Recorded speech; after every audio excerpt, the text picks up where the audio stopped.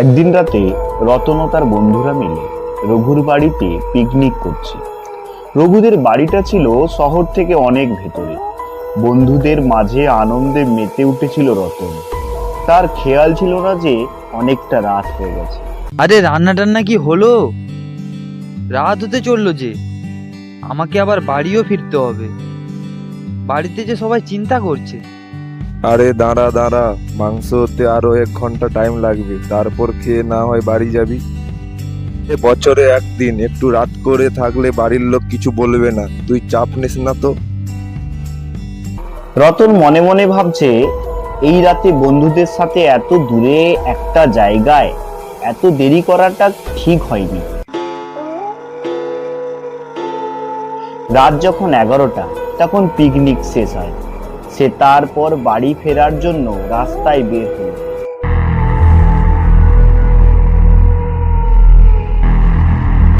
সে ভেবেছিল রাস্তায় গরুর গাড়ি পেয়ে যাবে, কিন্তু রাস্তায় কেউ ছিল না। পুরো নিস্তব্ধ, শুধু ফাঁকা মাঠ ও ঝিঝি পোকার আওয়াজ। রাস্তায় কোনো দোকানপাটও খোলা ছিল না। সে একাই, গাড়ি পাওয়ার আশা না থাকায় সামনের দিকে হেঁটে হেঁটে এগিয়ে যেতে লাগলো। সেই সময় হঠাৎ বিদ্যুৎ চমকাচ্ছিল। কিছু দূরে সে একটা গরুর গাড়ি দেখতে পায়। তারপর সে গাড়িটিতে ওঠার জন্য গাড়ির দিকে এগিয়ে যেতে লাগলো।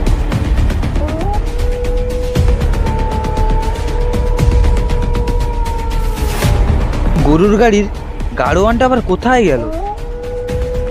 গাড়োয়ান কাকু, ও গাড়োয়ান কাকু! তারপর পেছন দিক দিয়ে বেরিয়ে এলো গরুর গাড়ির গাড়োয়ানটি। তাকে অদ্ভুত ধরনের দেখতে ছিল। রতন ভাবলো, যাই পারে হোক, একটা গাড়োয়ান পাওয়া গেল। গাড়োয়ানটাকে এবার নিয়ে যেতে বলবো। কি হে মশাই, এত রাতে আমাকে ডাকছো কেন? তুমি আমাকে চ্যাটার্জি পাড়া পর্যন্ত নিয়ে যেতে পারবে? না হলে যে আমাকে রাস্তাতেই রাত কাটাতে হবে। হ্যাঁ হ্যাঁ, আমি ওই দিকেই যাচ্ছি, ওই খালপাড়ের পরের পাড়াটা তো।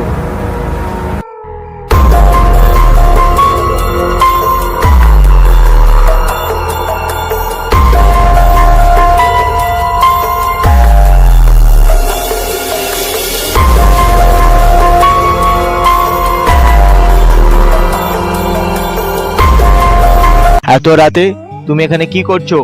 আমি রঘুপুর স্কুলের ছাত্র। আমাদের আজকে একটা পিকনিক ছিল। মাংস তৈরি করতে করতে অনেক দেরি হয়ে গেছে। ব্যাস, এই জন্যই রাস্তাতে রাতে যেতে হচ্ছে। ও, বুঝলাম বুঝলাম। বৃষ্টিটা মনে হয় এক্ষুনি আসবে। সে ভাবতে না ভাবতে হঠাৎ দমকা হাওয়া গরুর গাড়ির পাশ দিয়ে বয়ে গেল। গরুর গাড়ি কিন্তু একই গতিতে ছুটে চলেছে। তোমার নাম কি? আমার নাম? সে কিছুক্ষণ ভাবার পরে বলল, আমার নাম হাবু। আচ্ছা। গরুর গাড়িটা বেশ গতিতে এগিয়ে যাচ্ছিল। তারপর হঠাৎ সামনে দেখতে পেল কে যেন একটা সাদা জামা পরা দাঁড়িয়ে আছে। এখানে রাতে শোনা যায় প্রচুর ভূত পেতের বাস। তবুও রতনের কিছুই মনে হচ্ছিল না, কারণ সে শিক্ষিত ছাত্র। গাড়োয়ানটি হঠাৎ গরুর গাড়ি থামিয়ে দিল। গাড়োয়ানটি বলল, সামনে এগোনোটা ঠিক হবে না। কেন? দেখছেন না, সামনে নিশি দাঁড়িয়ে আছে। ওর কবলে পড়লে আর বাঁচার আশা নেই।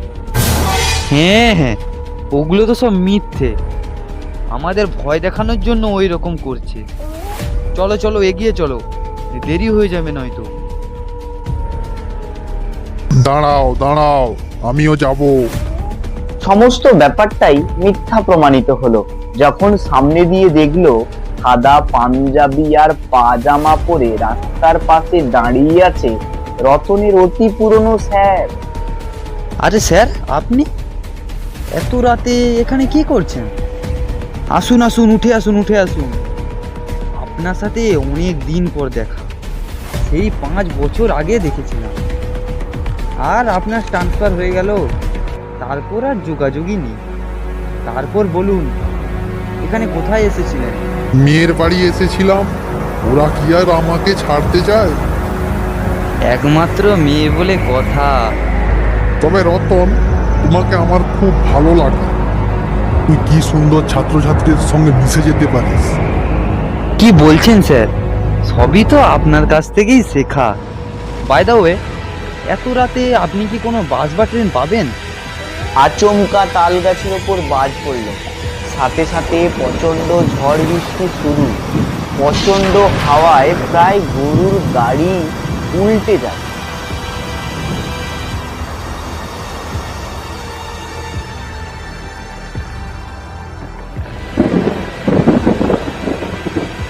রতন চেঁচিয়ে বলল, দারোয়ান, গরুর গাড়ি থামাও থামাও। এখানে দাঁড়ানো ঠিক হবে না, সামনে একটা বাড়ি আছে, ওখানেই চলুন।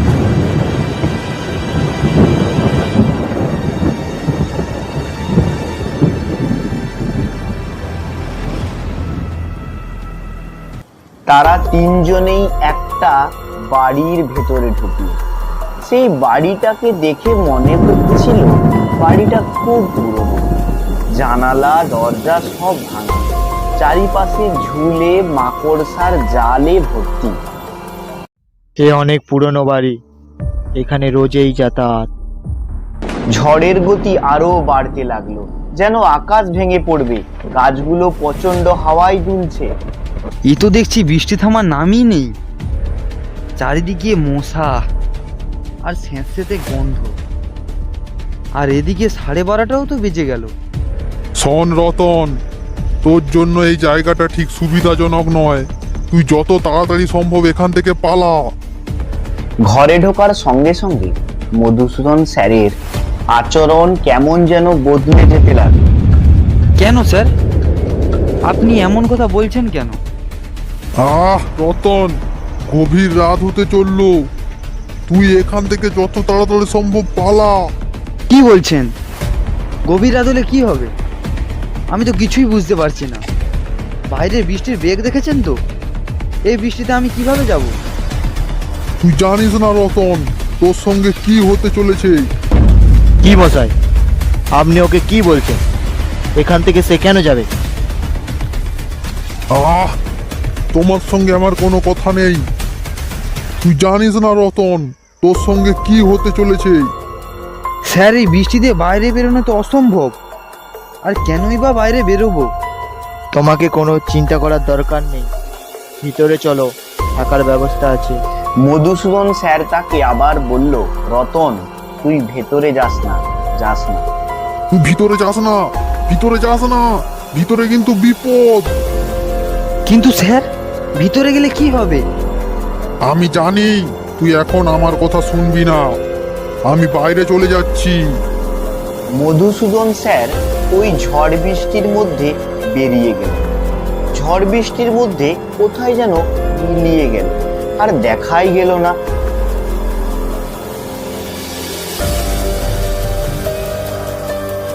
বাবু, চলে আসো, রাত হলো যে, ঘুমোতে হবে। হ্যাঁ হ্যাঁ, চলুন চলুন। রতন কিছু না ভেবে কারওয়ানের সঙ্গে বাড়ির ভেতরে প্রবেশ করল। বাড়ির ভেতরটা ছিল সাজানো গোছানো। গাড়োয়ান ছাড়াও একটা লোক ছিল। এবার তুমি ঘুমিয়ে পড়ো, আপনারা কোথায় ঘুমাবেন? আমাকে নিয়ে চিন্তা করার দরকার নেই, আমরা ঠিক ঘুমিয়ে পড়বো। তুমি এখন ঘুমিয়ে পড়ো তো। বৃষ্টির ঠান্ডা হাওয়ায় গরম কম্বলে নিমেষে তার ঘুম ধরে গেল। রাত যখন 2টো, হঠাৎ তার চোখে আলো পড়ল। তখন তার ঘুম ভাঙলো। সে ভাবলো হয়তো সকাল হয়ে গেল। আরে, এত তাড়াতাড়ি সকাল হয়ে গেল? সে বিছানা থেকে উঠল, আর যা দেখলো তা দেখে তার গায়ের লোম খাড়া হয়ে গেল। সামনে থেকে এগিয়ে এলো গাড়োয়ানের বিভৎস মাথা। তার চোখের কোটরে চোখ নেই, আছে শুধু উজ্জ্বল আলো। চোষকের দাঁতগুলো বের করা, তা থেকে রক্ত আর লালা ঝরছে। তখন তার মনে পড়ল মধুসূদন স্যারের কথা, আমাকে সতর্ক করার কথা। সেই আতঙ্কিত মুখটা তার চোখের সামনে ভেসে উঠল। চারিদিকে চেয়ে দেখলো কাটা মাথা। মুখ থেকে কোনো আওয়াজ বেরোলো না রতন। অনেকদিন এই বাড়িতে কেউ আসেনি, অনেকদিন পর একটা জ্যান্ত মানুষ এসেছে। আজ ভোজনটা ভালোই হবে। হ্যাঁ রে, ঠিক বলেছিস। সে চারদিক দেখে মনে হয়েছে সে নরকে প্রবেশ করেছে। চারিদিকে অদ্ভুত ঠান্ডা, পচা মাংসের দুর্গন্ধ নাকে এসে আঘাত করলো। রতনের দিকে যখন মাথাগুলো এগিয়ে আসতে থাকে, সে ভয়ে কাঁপতে থাকে।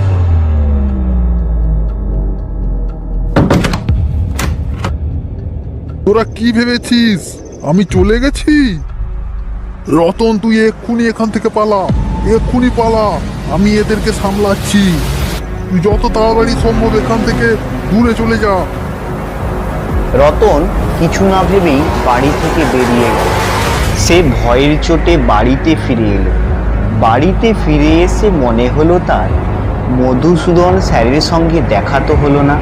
তারপর সে স্কুলে ফোন করে জানলো মধুসূদন স্যার 1 বছর আগে মারা গিয়েছে।